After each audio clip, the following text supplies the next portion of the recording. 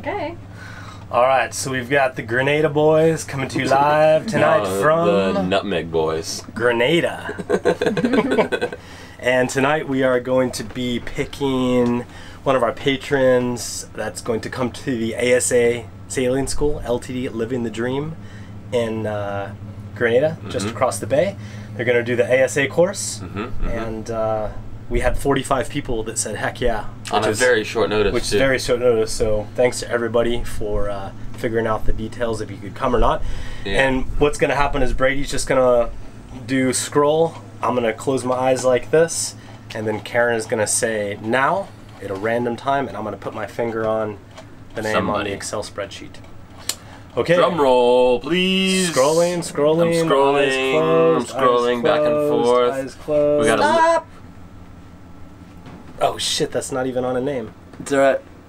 There it is. There it is. The name is T.J. Denaway. TJ Denaway. T.J. Denaway. That's the All one. right, so you're gonna come fly down to Grenada, do the ASA courses with our buddies at LTD. Cool. The other cool thing is that just the other day, Chris gave us a call and said that somebody that was already scheduled on the boat had canceled.